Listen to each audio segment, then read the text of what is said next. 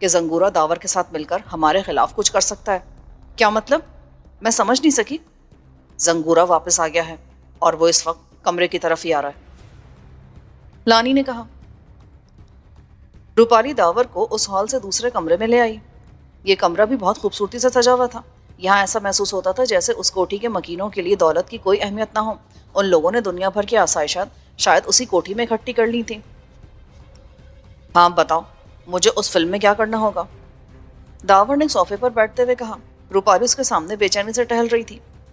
یہ کوئی فلم نہیں ہوگی، بلکہ یہ ایک طرح کی ریہرسل ہوگی۔ تمہاری باتوں نے مجھے الجھا دیا، میں سمجھ نہیں سکا تم کہنا کیا چاہتی ہو۔ ٹھہر جاؤ، میں تمہیں سب کچھ بتا دیتی ہوں۔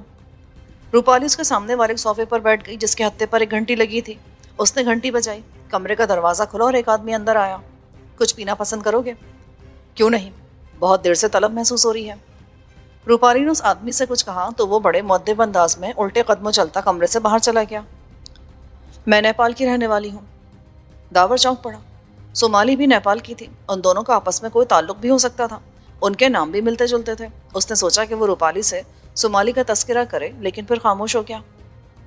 نیپال کے لوگ عام طور پر پستہ قامت ہوتے ہیں، لیکن ہم لوگ رتنا قبیلے سے تعلق رکھتے ہیں۔ اس قبیلے کے لوگ طویل قامت اور خوبصورت ہوا کرتے ہیں۔ ہمارا قبیلہ کھٹمنڈو سے 100 کلومیٹر کے فاصلے پر ایک وادی میں واقع ہے۔ اس وادی کے چاروں طرف اونچے اونچے پہاڑ ہیں۔ تم نے دنیا کے نقشے میں اتنی خوبصورت جگہ بہت کم دیکھی ہوگی۔ میں اس قبیلے کے سردار کی بیٹی ہوں۔ ہمارے یہاں سردار کی پہلی بیٹی کو دیوی کی حیثیت دی جاتی ہے۔ مجھے بھی اس لحاظ سے دیوی کہا جاتا ہے۔ ہمارے یہاں بستی کے وسط میں ایک مندر ہے جس میں کالی دیوی کا ایک بہت بڑا بت رکھا ہے۔ یہ کالی دیوی ہندوستان کی کالی دیوی سے بہت مختلف ہے۔ ہندوستانی کالی دیوی کا تصور یہ ہے کہ اس کے 6 ہاتھ اور 4 پاؤں ہیں اور وہ اپنی گردن میں کھوپڑیوں کی مالا پہنے رہتی ہے، لیکن ہماری والی دیوی کے بت میں ایسی کوئی بات نہیں۔ وہ ایک سیدھا سادہ بلند قامت بت ہے جس کی آنکھوں میں 2 عدد ہیرے لگے ہوئے ہیں۔ یہ ہیرے بہت قیمتی ہیں، اتنے کہ تم ان کی قیمت کا تصور بھی نہیں کر سکتے۔ روایت یہ ہے کہ یہ ہیرے جس سردار کے عہد میں دیوی کی آنکھوں سے غائب ہو جائیں، وہ سردار یا تو تباہ ہو جائے گا یا قبیلے کے لوگ اسے خود تباہ کر دیں گے۔ اس لیے میں چاہتی ہوں کہ تم وہ ہیرے چرا کے لاؤ۔ کیا مطلب؟ داور چونک پڑا۔ تم ان ہیروں کو چرانے کے لیے کہہ رہی ہو جو تمہارے قبیلے کے لیے بہت اہم ہے؟ قبیلے کے لیے نہیں، بلکہ سردار کے لیے۔ موجودہ سردار غاصب ہے، وہ میرے باپ کو ہلاک کر کے خود سردار بن گیا ہے۔ جب تک میرا باپ قبیلے کا سردار تھا، اس وقت تک ہم جدید تہذیب اور تمدن سے آشنا ہونے کے باوجود اپنی قدیم روایات کے ساتھ ایک الگ تھلگ زندگی گزار رہے تھے۔ یہ بات نہیں تھی کہ اس زمانے میں ہمارے ہاں جدید تعلیم کا رواج نہیں تھا۔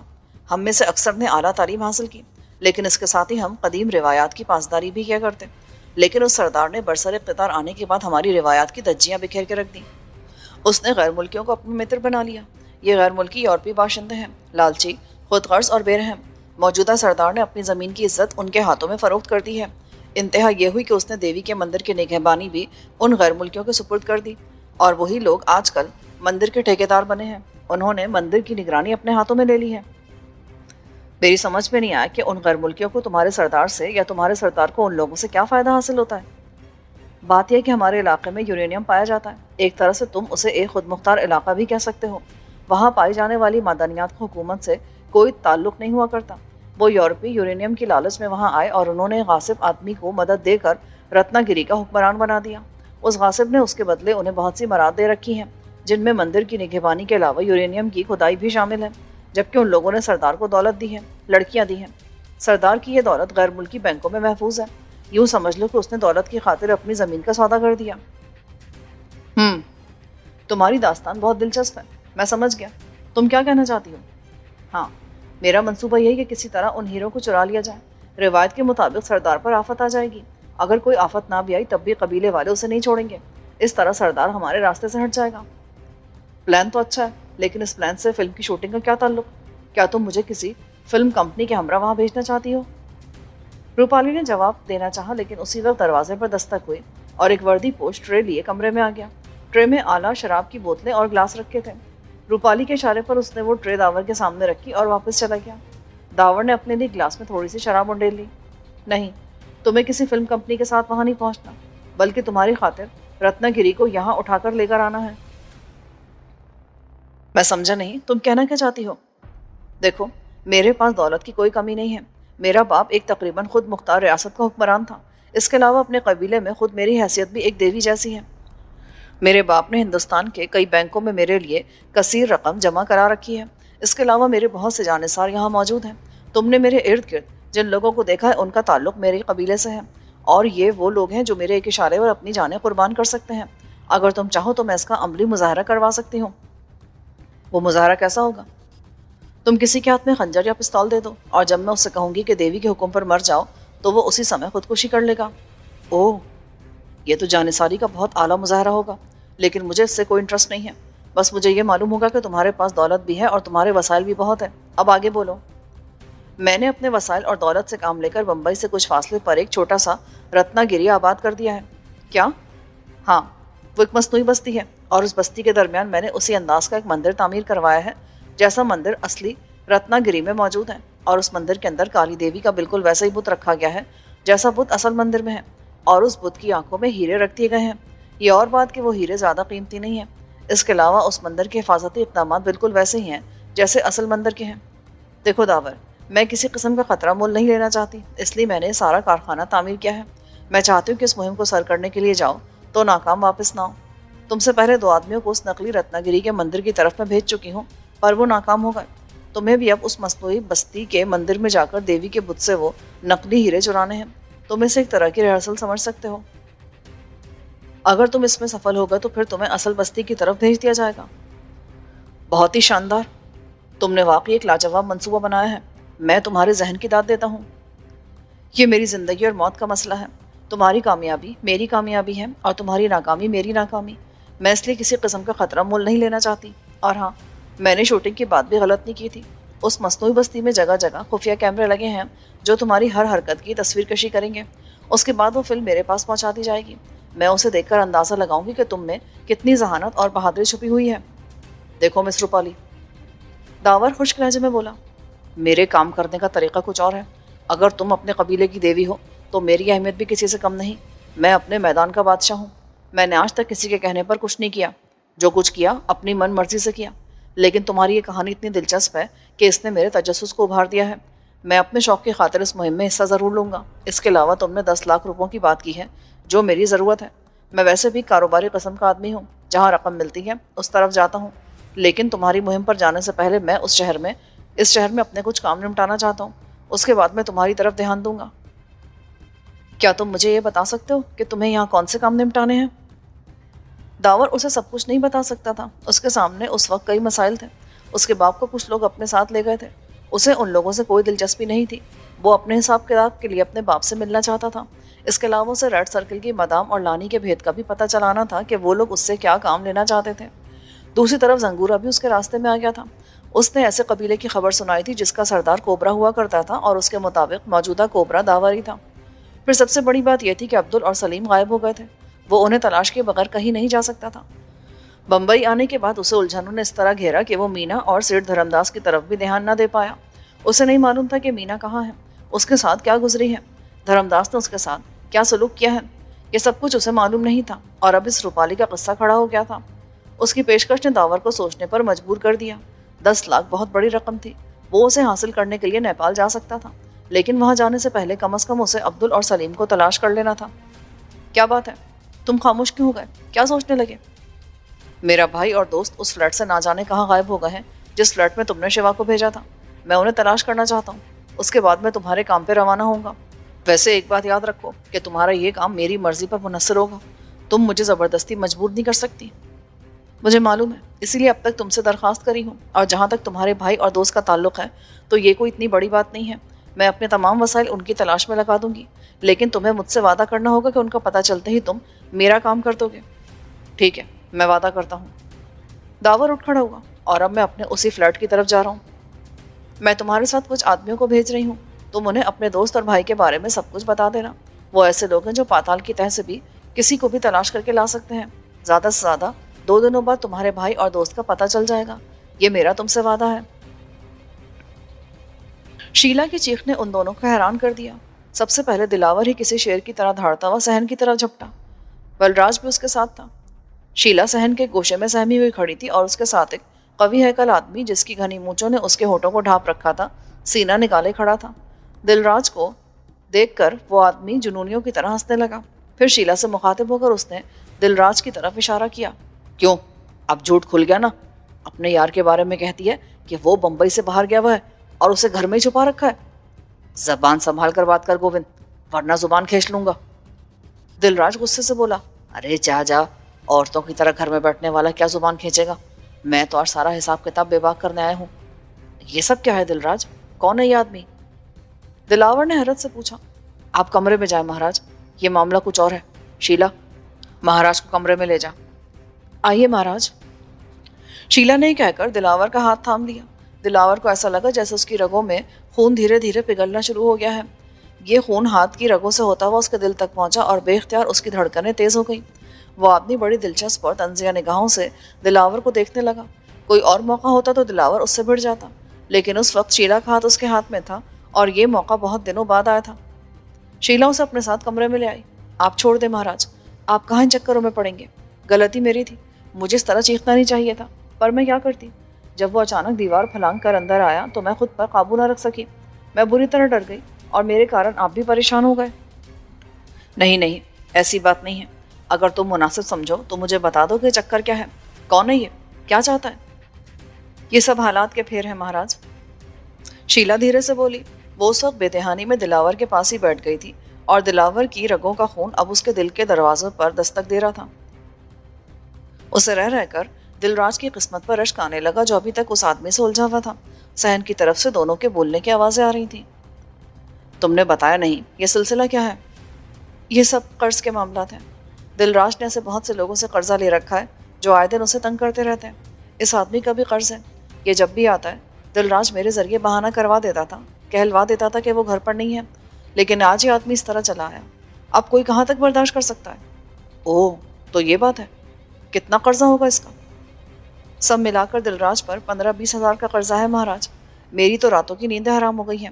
جب دیکھو کوئی نہ کوئی چلا آتا ہے. دلاور سوچ میں پڑ گیا. 15-20 ہزار روپے کوئی حیثیت نہیں رکھتے تھے اس کے لیے. بہت معمولی رقم تھی. یہ اس کے ایک دن کا خرچہ ہوا کرتا تھا. لیکن اس وقت وہ ان لوگوں کی مدد نہیں کر سکتا تھا. خود اس کی جیب خالی ہو رہی تھی. اس کے پاس بہت دولت تھی، لیکن اس نے وہ دولت ادھر ادھر چھپا کر رکھی تھی اور فی الحال وہ اسے ظاہر کرنے کا ارادہ نہیں رکھتا تھا. لیکن دوسری طرف دلراج جیسے آدمی کی پریشانی بھی اس کے بس کی بات نہ تھی. اس آدمی نے اس کے لیے اپنے گھر کے دروازے کھول دیے تھے، اور سب سے بڑی بات یہ تھی کہ اس گھر میں شیلا تھی جو رہ رہ کر اپنے دلکشی کے ذریعے اس کے سوئے ہوئے بوڑھے جذبوں کو بیدار کرنے پر تلی ہوئی تھی. ٹھیک ہے، دلاور ایک فیصلہ کر لینے کے بعد بولا. تم دلراج سے کہہ دو کہ 2-4 دنوں میں اس کا قرضہ اتر جائے گا. یہ کیا بات کی مہاراج؟ آپ کا کیا وچار ہے کہ ہم لوگ آپ سے کہیں گے؟ نہیں، ہم سے کبھی نہیں ہو سکے گا. آپ ہمارے مہمان ہیں اور ہم... بس میرے پاس دولت کی کمی نہیں ہے.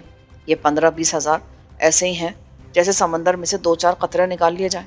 کوئی کمی نہیں آئے گی اور تمہارا کام بھی ہو جائے گا، لیکن اس کے لیے 2-4 دنوں کی مہلت چاہیے. میرے پاس پیسے نہیں ہیں. میں نے مختلف مقامات پر انہیں بکھیر رکھا ہے اور اب انہیں سمیٹنا چاہتا ہوں. صرف تمہارے لیے نہیں بلکہ اپنے لیے بھی. مجھے اپنی ساکھ حاصل کرنے کے لیے ان روپیوں کی ضرورت ہوگی. جیسے آپ کی مرضی، وہ بجھے ہوئے انداز میں بولی. پھر دلراج کو بتانے صحن کی طرف چلی گئی. دلراج اور شیلا کچھ دیر کے بعد واپس آ گئے، جبکہ وہ آدمی اس کمرے سے ہوتا ہوا باہر چلا گیا. اس نے باہر جاتے ہوئے دلاور پر ایسی نگاہ ڈالی جس نے دلاور کو کھولا کے رکھ دیا. اس کا دل چاہا کہ وہ اس آدمی سے بھڑ جائے. وقت نے اسے بوڑھا تو کر دیا تھا، لیکن اس کی مہارت اور تجربہ اس کے پاس ہی رہنے دیا تھا. اس کے باہر چلے جانے کے بعد دونوں میاں بیوی دلاور کے پاس آ کر بیٹھ گئے. وہ دونوں اس کے بہت ہی شکر گزار دکھائی دے رہے تھے. آپ نے تو میرا بوجھ ہلکا کر دیا مہاراج. آپ ہمارے لیے دیوتا سمان ہیں. دلراج نے اس کے گھٹنوں کو ہاتھ لگاتے ہوئے کہا. ایسی باتیں مت کرو. اگر تم میرے کام آئے ہو تو میرا بھی فرض ہے کہ تمہاری پریشانیاں دور کر دوں. شیلا، میں تمہاری ذہانت کا قائل ہو گیا ہوں. تم نے مجھے 2-4 دنوں تک پرسکون رہنے کا بہت اچھا مشورہ دیا ہے. مجھے جلد سے جلد کچھ کرنا ہے، اپنی کھوئی ہوئی ساکھ بحال کرنی ہے. اسی لیے میں یہ چاہتا ہوں کہ اپنا کام پھر سے شروع کر دوں اور جو کچھ کر سکتا ہوں کر گزروں. تمہارا کیا وچار ہے؟ وچار تو ٹھیک ہے مہاراج، لیکن سب سے پہلے آپ یہ سوچیں کہ آپ کس کام کو شروع کرنا چاہتے ہیں. یہی تو سمجھ نہیں آ رہا. میں سب سے پہلے لانی اور سمالی کی حقیقت معلوم کرنا چاہتا ہوں. مجھے یہ دیکھنا ہے کہ وہ میرے متر ہیں یا دشمن. اگر متر ہیں تو پھر کوئی بات نہیں، پر اگر دشمن ہیں تو کچھ سوچنا پڑے گا. ان کے علاوہ میری تنظیم میں میرے اور کتنے دشمن ہیں ان کا بھی پتہ چلانا ہے. اس کا ایک طریقہ تو یہ ہے مہاراج کہ آپ ان دونوں کو اغوا کرا لیں. شیلا نے مشورہ دیا. یہ کس طرح ہو سکتا ہے؟ دلاور نے چونک کر اسے دیکھا۔ اگر ان لوگوں نے مجھے دھوکہ دے کر میری تنظیم پر قبضہ کر لیا ہے تو پھر اغوا کرانا بچوں کا کھیل نہیں ہوگا۔ نہ جانے کتنے لوگ ان کے لیے ڈھال بن جائیں گے۔ اس کے علاوہ انہیں اغوا کرے گا کون؟ میں، تم یا دلراج تو اس کام سے جانے سے رہے، پھر انہیں اغوا کرنے کا کیا فائدہ ہوگا؟ میرے پاس ان تمام سوالوں کا جواب ہے مہاراج، شیلا مسکراتے ہوئے بولی۔ میرے اندازے کے مطابق اس بوڑھے لانی اور سمالی نے اب تک آپ کو دھوکے میں رکھا ہے۔ وہ آپ کے متر نہیں ہیں، انہوں نے آپ کی تنظیم پر قبضہ کر لیا ہے اور آپ کے ساتھی ان کا ساتھ دے رہے ہیں۔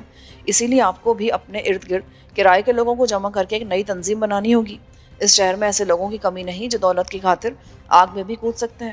ایسے خطرناک اور مجرم صفت لوگ پورے شہر میں پھیلے ہوئے ہیں، بس انہیں مناسب معاوضہ دے کر اپنے ساتھ ملانے کی ضرورت ہے۔ جب یہ لوگ آپ کے ساتھ ہو جائیں گے تو آپ ان کی سہایتا سے لانی اور سمالی کو اپہرن کرا لیں۔ اگر وہ دونوں متر ہوئے تو پھر کوئی بات نہیں، پر اگر دشمن ہوئے تو آپ کے ہاتھ میں آ جائیں گے، اور ان کے ذریعے آپ کو یہ بھی معلوم ہو جائے گا کہ اس تنظیم میں آپ کے لیے اور کتنے آستین کے سانپ موجود ہیں۔ فرض کریں اگر یہ سب نہیں بھی ہوتا تب بھی آپ کے لیے پریشانی کی کوئی بات نہیں ہوگی، کیونکہ اب آپ کی ایک الگ تنظیم بن چکی ہوگی۔ آپ کو ایک بار پھر شکتی اور دولت حاصل ہو جائے گی۔ شاباش! دلاور نے بے اختیار شیلا کا ہاتھ تھام لیا۔ جواب نہیں ہے تمہاری ذہانت کا۔ تم نے ایک ایسا مشورہ دیا ہے جو کسی طور پر ناکام ہو ہی نہیں سکتا۔ دلراج، میں تم سے پھر کہوں گا کہ اپنی پتنی کی قدر کرتے رہنا۔ ایسی بدھی اس ملک میں بہت کم لوگوں کے حصے میں آتی ہے۔ اپنی تعریف سن کر شیلا کی گردن جھک گئی۔ دلراج بھی بہت خوش دکھائی دینے لگا۔ میں نے تمہارے مشورے پر عمل کرنے کا فیصلہ کر لیا ہے، لیکن اس سے پہلے مجھے کچھ ضروری انتظامات کرنے ہوں گے۔ دلراج، کیا تم میرے لیے کسی گاڑی کا بندوبست کر سکتے ہو؟ کیوں نہیں مہاراج، آج کل میں ٹیکسی چلا رہا ہوں، آپ حکم کریں تو ابھی ٹیکسی لے آؤں۔ ابھی نہیں، شام کے بعد مجھے ٹیکسی کی ضرورت پڑے گی۔ اور ہاں شیلا، تم بھی میرے ساتھ چلو گی۔ میں تمہارے مشوروں سے قدم بہ قدم فائدے اٹھانا چاہتا ہوں۔ دونوں میاں بیوی یہ سن کر مسکرا دیے۔ شیلا کی مسکراہٹ نے بوڑھے شیر کے جذبات کو پھر ہوا دے دی۔ اس نے اپنا چہرہ دوسری طرف پھیر لیا۔ وہ زیادہ دیر تک شیلا کا یہ ادھورا قرب برداشت نہیں کر سکتا تھا۔ اس نے اپنی خواہشوں کے آگے بند نہیں باندھنا سیکھا تھا۔ سیلاب جیسی فطرت پائی تھی، اور سیلاب کی طرح ہی وہ سب کچھ بہا کر لے جانا چاہتا تھا۔ زنگورا کی واپسی کی خبر ایسی تھی جس نے کمرے میں موجود لوگوں کو سکتے میں مبتلا کر دیا۔ کیا خیال ہے مدام، اس شخص کے ساتھ کیا سلوک کیا جائے؟ اسے آنے دو ماتھر، دیکھنا یہ ہے کہ وہ اپنے ساتھ کون سی کہانی لے کر آتا ہے۔ اسی وقت دروازے پر دستک ہوئی اور لانی کی آواز دینے پر زنگورا کمرے میں آ گیا۔ وہ بہت تھکا اور نڈھال دکھائی دے رہا تھا۔ اس نے کمرے میں آتے اپنی جیب سے ایک پستول نکال لیا۔ وہ سب پستول دیکھ کر ٹھٹک گئے۔ زنگورا نے پستول اپنے ہتھیلی پر رکھا اور 2 قدم آگے بڑھ کر وہ پستول لانی کے قدموں میں رکھ دیا۔ تم مجھے گولی مار دو آقا، میں ایسی قابل ہوں۔ میں نے تم پر ہاتھ اٹھایا تھا، اس کی سزا یہی ہونی چاہیے۔ وہ بھررائی آواز میں بولا۔ تم ہمارے ساتھ مکاری نہیں کر سکتے زنگورا۔ تم پستول دے کر یہ سمجھ رہے ہو کہ تم ہم لوگوں کو الو بنا لو گے؟ سمالی غرائی۔ دیکھو مس، زنگورا ہوش لہجے میں بولا، تم یہ اچھی طرح جانتی ہو کہ میں نے اس تنظیم میں کسی کی پرواہ نہیں کی کبھی۔ میں آقا لانی کے حکم کا پابند ہوں۔ تمہاری پوری تنظیم میں کوئی ایسا نہیں جو میرے مقابلے پر آ سکے۔ مکاری اور دھوکے کی ضرورت بزدلوں کو ہوا کرتی ہے، اور تم اچھی طرح جانتی ہو کہ میں بزدل نہیں ہوں۔ تو پھر یہ سب کیا تھا زنگورا؟ تم نے مجھ پر حملہ کیوں کیا؟ تم مجھے بے ہوش کر کے داور کو کہاں لے گئے؟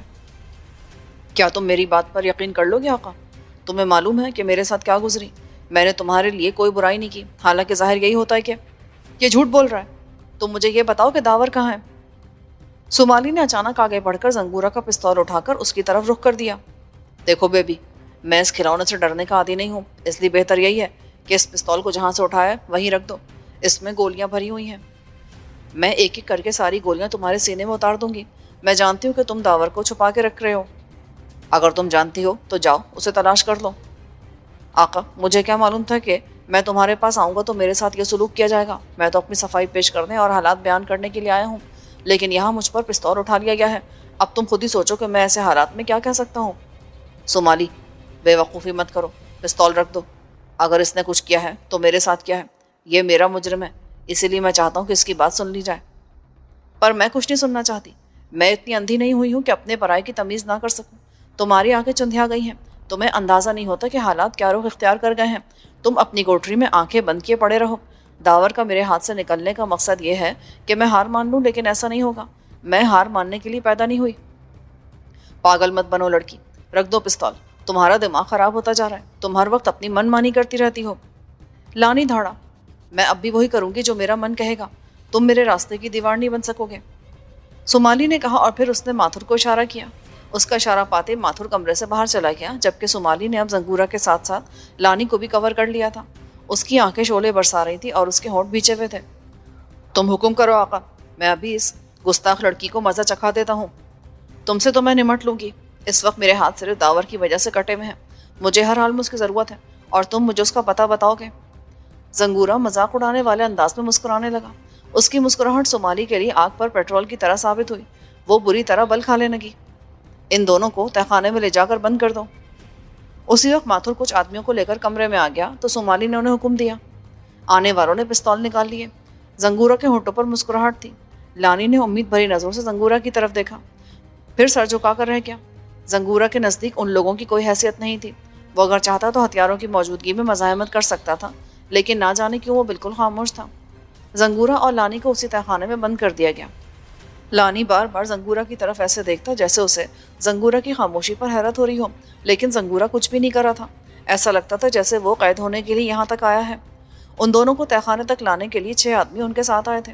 یہ لوگ بھی زنگورا سے اچھی طرح واقف تھے، اسی لیے وہ اس کے ساتھ چلتے ہوئے بہت محتاط تھے، لیکن زنگورا کو چپ چاپ چلتے دیکھ کر انہوں نے اطمینان کا سانس لیا۔ ان لوگوں کے ساتھ ساتھ ماتھر چل رہا تھا، جبکہ سمالی اپنے کمرے میں ہی رہ گئی تھی۔ ان دونوں کو تہخانے میں دھکیل کر دروازہ بند کر دیا گیا۔ تہخانے میں آتے لانی کی قوت برداشت جواب دے گئی۔ وہ نڈھال ہو کر تہخانے کے فرش پر بیٹھ گیا۔ اتنی پریشانی کی کیا بات ہے آقا؟ یہ تو ہونا ہی تھا۔ زنگورا نے آگے بڑھ کر اس کے شانے پہ آہستگی سے ہاتھ رکھ دیا۔ میں سوچ بھی نہیں سکتا تھا کہ سمالی میرے ساتھ ایسا سلوک کرے گی۔ وہ گستاخ تو ہو ہی گئی تھی، لیکن وہ اس حد تک بھی جا سکتی ہے، یہ میں نے سوچا نہیں تھا۔ لانی بھررائی آواز میں بولا، آدمی کو جب دولت اور اقتدار کا نشہ چڑھ جائے تو وہ ایسا ہی کرتا ہے۔ میں یہ نہیں کہتا کہ تم نے دلاور کے ساتھ ناانصافی کی تھی، کیونکہ وہ خود بھی کوئی فرشتہ نہیں تھا، لیکن میں یہ کہتا ہوں کہ آقا تم بھی اپنے علم و عرفان کی راہ سے ہٹ کر دولت اور اقتدار حاصل کرنے میں لگ گئے، اور اس قسم کے کھیل کا انجام یہی ہوا کرتا ہے۔ تمہاری سمالی تم سے زیادہ چالاک ثابت ہوئی ہے۔ تم نے دیکھ لیا کہ جن آدمیوں کو تم اپنا سمجھتے تھے وہ سب اسی کے آدمی نکلے۔ تم تو اس کے لیے بہت پہلے مر چکے تھے آقا۔ یہاں تو یہ سب کچھ اسی طرح چلتا ہے۔ جو سلوک تم دونوں نے مل کر دلاور کے ساتھ کیا، وہی سلوک سمالی نے ماتھر کے ساتھ مل کر تمہارے ساتھ کیا ہے۔ ہو سکتا ہے کہ یہی سلوک کل ماتھر کے ساتھ ہو، خود سمالی کے ساتھ ہو۔ کون کیا کہہ سکتا ہے؟ آنے والے دنوں میں کس نے کیا دیکھا؟ تم ٹھیک کہتے ہو، دولت اور طاقت نے سمالی کو اندھا کر دیا ہے۔ اسے اپنے علاوہ اب کوئی بھی دکھائی نہیں دیتا۔ اس نے مجھے بھی اپنی زندگی سے الگ کر دیا ہے۔ لانی نے کہا، خیر اب تم حوصلہ رکھو آقا، سمالی چاہے جیسی بھی ہو، لیکن میں تمہارا احترام کرتا ہوں۔ میری تو سمجھ میں نہیں آتا کہ اب ہوگا کیا۔ وہ سنگ دل تو ہمیں یہاں بند کر کے بھول جائے گی۔ نہیں بھولے گی، بلکہ ہمیں یاد رکھے گی۔ اس کا اگلا قدم تمہیں ہلاک کرنے کا ہوگا۔ وہ تمہیں زندہ رکھ کر کوئی خطرہ مول نہیں لینا چاہے گی۔ کیا ایسا ممکن ہے؟ میں نہیں مان سکتا۔ سمالی کبھی میری اتنی بڑی دشمن نہیں ہو سکتی۔ اس کی آنکھیں اس وقت کچھ نہیں دیکھ رہی آقا، وہ صرف حکمرانی چاہتی ہے، اور معاف کرنا، تم میں ایسی کوئی بات نہیں، کوئی کشش نہیں جس کی وجہ سے تم دوسروں کو اپنی طرف کھینچ سکو۔ جبکہ سمالی ابھی شاداب ہے، اس کے ارد گرد منڈلانے والے گدھ بھی ہیں۔ جب تک اس کے جسم کی شادابی برقرار رہے گی، وہ اس کا ساتھ دیتے رہیں گے۔ جہاں شادابی ختم ہوئی وہ اسے چھوڑ جائیں گے۔ یہ سمالی کا مقدر ہے، اور جب تک یہ صورتحال ہے تم اس کا کچھ نہیں کر سکتے، بلکہ تم اپنی جان کی خیر بناؤ۔ شاید تم ٹھیک ہی کہتے ہو، میں نے اپنی آنکھوں پر پٹی باندھ لی تھی۔ میں دولت اور اقتدار کی قوت سے واقف نہیں تھا، لیکن تم نے کیسی حماقت کی؟ تم تو یہاں سے نکل گئے تھے، پھر تمہیں واپس آنے کی کیا ضرورت تھی؟ میرا مسئلہ کچھ بھی ہو، لیکن تم تو آ کر پھنس گئے۔ ایسی بات نہیں ہے آقا، مجھے تو اس بات کی خوشی ہے کہ میں جو کچھ سوچ کر آیا تھا وہی ہوا ہے، اسی لیے تم مجھے اتنا مطمئن دیکھ رہے ہو۔ میں اس تنظیم میں شامل ہی تمہیں دیکھ کر ہوا تھا۔ میں نے تم سے بہت کچھ سیکھا ہے، اسی لیے یہاں سے جانے کے بعد میں نے یہ جان لیا تھا کہ یہ سمالی تمہیں بھی دلاور کی طرف اپنے راستے سے ہٹا دے گی۔ بس اسی کارن میں واپس لوٹ آیا۔ میری تو سمجھ میں نہیں آتا کہ کس پر وشواس کیا جائے اور کس پر نہیں۔ سب کچھ گڑبڑ ہو کر رہ گیا ہے۔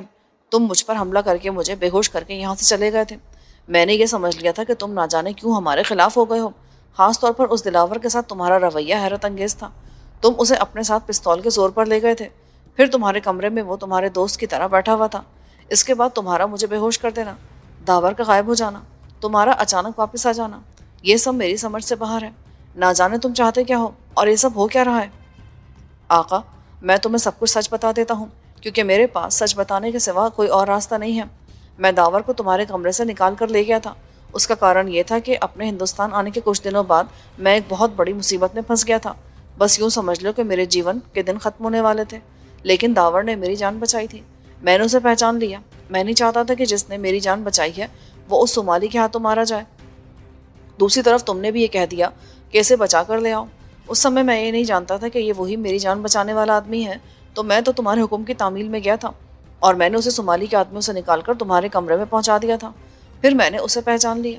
پھر میں نے یہ سنا کہ تم اسے اپنے کسی کام سے نیپال بھیج رہے ہو۔ میں جانتا تھا کہ نیپال میں ضرور کوئی ایسا خطرناک کام ہوگا جس میں اس کی جان کو خطرہ بھی ہو سکا۔ اب میرا یہ فرض تھا کہ میں اسے تم سے اور صومالی دونوں سے بچا کر نکال کے لے جاؤں۔ اس سمے وہ کمرے میں تھا۔ مجھے سمے پر یہی سوچی کہ میں اسے پستول دکھا کر اپنے کمرے میں لے جاؤں، اس کے بعد اسے وہاں سے لے کر فرار کروا دوں۔ اس سمے تک اس نے مجھے نہیں پہچانا تھا، لیکن اپنے کمرے میں لانے کے بعد جب میں نے اسے یاد دلایا تو اسے یاد آ گیا۔ اسی لیے تم نے اسے کمرے میں دوستوں کی طرح بیٹھے دیکھا ہوگا۔ بہرحال ابھی میں اس سے باتیں کر ہی رہا تھا کہ تم کمرے میں آ گئے۔ تم گودام والوں کے بے ہوش ہو جانے کی خبر لے کر آئے تھے۔ میں اس وقت تک خود بھی پریشان ہو کر تمہارے پاس آ گیا۔ پھر میرے ذہن میں آ گیا کہ تم نے مجھے داور کے ساتھ باتیں کرتے دیکھ لیا ہوگا، اسی لیے میں نے تمہیں بھی بے ہوش کر دیا۔ اس سمے میری سمجھ میں یہی آیا کہ آخر کو میں ناسمجھ ہوں نا آقا، غلطی تو کرنی ہی تھی اور میں غلطی کر بیٹھا۔ بہرحال اس غلطی کی تلافی کے لیے دوبارہ یہاں سے لایا تاکہ تم سے معافی مانگ لوں۔ لانی کچھ دیر تک گہری نظروں سے زنگورا کی طرف دیکھتا رہا، پھر اس کے ہونٹوں پر مسکراہٹ پھیل گئی۔ اس نے زنگورا کا ہاتھ پکڑ لیا۔ تم واقعی ایک بہادر انسان ہو زنگورا، ورنہ اتنی سی بات کے لیے کون واپس آتا ہے؟ اب سوال یہ کہ ہم کیا کریں؟ پہلے تو مجھے یہ بتاؤ کہ تمہارے نزدیک صومالی کی کیا حیثیت ہے؟ اگر تم اس کے خلاف کچھ نہیں کرنا چاہتے تو پھر تو مجبوری ہے، میں بھی تمہارے ساتھ ہاتھ پہ ہاتھ دھرے بیٹھا رہوں گا، اور اگر تم اسے کوئی کڑی سزا دینا چاہتے ہو تو پھر وشواس رکھو کہ زنگورا کا راستہ کوئی بھی نہیں روک سکتا۔ یہ تہہ خانہ کیا چیز ہے؟ میں تمہیں پاتال سے بھی نکال کے لے جا سکتا ہوں۔ میں اسے سزا دینا چاہتا ہوں، لانی گمبھیر لہجے میں بولا۔ اس نے ہماری روایات کی توہین کی ہے، اس نے لانی کو قید کر دیا ہے۔ اس طرح وہ میری نہیں بلکہ پورے قبیلے کی دشمن بن گئی ہے۔ میں سمجھا نہیں آقا، یہ تم کیا کہہ رہے ہو؟ کس قبیلے کی بات کر رہے ہو؟ اپنے قبیلے کی۔ لانی فرش سے کھڑا ہو گیا۔ اس کے چہرے پر گہری سنجیدگی کی چھاپ تھی۔ ایسا لگ رہا تھا جیسے وہ تہہ خانے کی دیواروں سے مخاطب ہو، انہیں اپنی کہانی سنا رہا ہو۔ یہ صومالی میری بیٹی نہیں ہے زنگورا، بلکہ میں نے بچپن سے اس کی پرورش کی ہے، ایک باپ بن کر اسے پالا ہے، راتوں کو لوریاں سنائی ہیں، اس کے کرب میں مبتلا رہا ہوں، اس کے اچھے برے دنوں کو اپنے سینے سے لگا کر رکھا ہے۔ ہمارا قبیلہ نیپال کی ایک بستی رتنا گری میں واقع ہے۔ ہمارے قبیلے کو رتنا کہا جاتا ہے۔ صومالی کا باپ اس قبیلے کا سردار تھا۔ یہ دو بہنیں تھیں، روپالی اور صومالی۔ روایات کے مطابق سردار کی بڑی اولاد دیوی یا دیوتا سمجھی جاتی تھی، یعنی وہی سردار ہوا کرتی تھی چاہے وہ لڑکا ہو یا لڑکی، جبکہ دوسری اولاد کو بستی کی مرکزی مندر کی داسی یا پجاری بنا دیا جاتا تھا۔ سردار کی پہلی اولاد روپالی تھی اور دوسری صومالی۔ روایت کے مطابق روپالی کو سردار یا دیوی کا درجہ دے دیا گیا، جبکہ صومالی کو میرے پاس تعلیم و تربیت کے لیے بھیج دیا گیا۔ میں اس مندر کا سب سے بڑا پروہت تھا، وہاں پرورش پانے والے میری ہی نگرانی میں پرورش پاتے تھے۔ مجھے صومالی سے ایک باپ کی طرح محبت ہو گئی اور میں نے اسے سینے سے لگا لیا۔ اس کی تعلیم و تربیت میں اپنی پوری صلاحیت صرف کر دی، لیکن یہ سلسلہ زیادہ دیر تک نہیں چل سکا۔ بستی ہی کے ایک آدمی نے غیر ملکیوں سے ساز باز کر کے بستی کے سردار کو ہلاک کروا دیا اور خود سردار بن بیٹھا۔ بہت زبردست جنگ ہوئی تھی، بہت سے بے گناہ لوگ مارے گئے۔ اس ہنگامے میں پتہ ہی نہ چل سکا کہ روپالی کہاں چلی گئی، لیکن بعد میں معلوم ہوا کہ وہ اپنے ساتھ بستی کے بہت سے وفاداروں کو لے کر نکل جانے میں کامیاب ہو گئی تھی، جبکہ میں بھی صومالی کو وہاں سے نکال لایا۔ پھر میں صومالی کو لے کر بمبئی آ گیا۔ صومالی اس وقت جوان ہو چکی تھی اور میری توقع کے برعکس وہ ایک ضدی، ہٹ دھرم اور بے باک لڑکی ثابت ہوئی۔ نہ جانے میری تربیت میں ایسی کون سی خامی رہ گئی کہ صومالی ایک ایسی لڑکی ثابت ہوئی۔ یہاں آنے کے بعد اس نے جس انداز سے دلاور کی تنظیم پر قبضہ کیا وہ تمہارے سامنے ہے۔ اس نے میری پرواہ کرنی چھوڑ دی، بلکہ اب تو وہ میری دشمن بھی ہو گئی ہے۔ اس میں میری بھی غلطی ہے، میں دولت اور اقتدار کے لالچ میں اگر اس کا ساتھ دینے لگا تھا، لیکن اب انجام سامنے آ گیا ہے۔ تمہاری کہانی تو بہت دلچسپ اور عبرت دلانے والی آقا، لیکن یہ داور کس کھاتے میں آتا ہے؟ وہ تمہارے کس کام آ سکتا تھا؟ میں نے اس سے غلط کہا تھا کہ میں اسے صومالی کے ساتھ نیپال بھیجنا چاہتا ہوں، بلکہ داور کا انتخاب اس لیے کیا گیا تھا کہ وہ ایک دلیر اور باہمت شخص ہے، وہ رتنا گری پہنچ کر دیوی کی آنکھوں سے ہیرے نکال کر لا سکتا ہے۔ میں سمجھا نہیں آقا، کس قسم کے ہیرے؟ اور ویسے بھی اس تنظیم میں تم لوگوں کو دولت حاصل کرنے کے ہزاروں مواقع حاصل تھے، پھر کن ہیروں کی ضرورت پڑ گئی؟ اس میں شک نہیں کہ وہ ہیرے بہت قیمتی ہیں، لیکن ان کے لانے کا مقصد یہ نہیں تھا کہ ان کے ذریعے کوئی فائدہ اٹھایا جائے۔ بلکہ ہمارے یہاں یہ روایت چلی آ رہی ہے کہ ہیروں کا نگران بستی کا سردار ہوا کرتا ہے۔ اگر کسی سردار کے عہد میں ہیرے غائب ہو جاتے ہیں تو اس کا مطلب یہ ہے کہ وہ سردار اپنے عہدے کے لائق نہیں ہے۔ بستی والے اس شخص کو سرداری سے الگ کر دیا کرتے ہیں اور پھر اس شخص کو سردار بنا دیا جاتا ہے جو دیوی کے ہیرے واپس لائے۔ ہمارا پلان یہ تھا کہ داور ان ہیروں کو چرا لائے، پھر سمالی ان ہیروں کو لے کر بستی پہنچ جائے۔ ظاہر روایت کے مطابق اسے بستی کی سردار رہنے دیا جاتا، اور ویسے بھی وہ پہلے سردار کی بیٹی ہے، اس لیے بستی والوں کے نزدیک وہ قابل قبول ہوتی، وہ ہنسی خوشی اسے قبول کر لیتے۔ اس شہر کی اتنی بڑی تنظیم کو چھوڑ کر اس بستی کی سرداری سے تم لوگوں کو کیا حاصل ہو جاتا؟ زنگورا نے پوچھا۔ بے پناہ دولت، لانی نے سرگوشی کی۔ اتنی دولت کا تم تصور بھی نہیں کر سکتے۔ اس بستی کی زمینوں میں یورینیم چھپا ہوا ہے، اور اس کے ذریعے جتنی دولت یہاں ایک سال میں حاصل کی جا سکتی ہے اتنی دولت وہاں ایک ہفتے میں مل سکتی ہے۔ اب میں سمجھا۔ زنگورا نے گہری سانس لی۔ فرض کرو اگر وہ بھی بستی پہنچ جاتی تو اس سے کوئی فرق نہیں پڑتا، کیونکہ ہیرے تو سمالی کے پاس ہوتے اور روایت کے مطابق سرداری اسی کے حصے میں آتی، اور اگر روپالی کی طرف سے کوئی خطرہ ہوتا تو… لانی اتنا کہہ کر خاموش ہو گیا جیسے وہ آگے بولنا نہیں چاہتا۔ بتاؤ نا آقا، تم بولتے بولتے چپ کیوں ہو گئے؟ کیا بتاؤں؟ دیوی مجھ پر رحم کرے، مجھ پر بھی لالچ غالب آ گئی تھی۔ میں نے اور سمالی نے یہ فیصلہ کیا تھا کہ روپالی کو تلاش کر کے قتل کر دیا جائے، چاہے وہ کہیں بھی ہو۔ اس کی موجودگی ہمارے لیے ہمیشہ خطرہ بنی رہتی، اسی لیے اسے راستے سے ہٹا دینا ہی بہتر تھا۔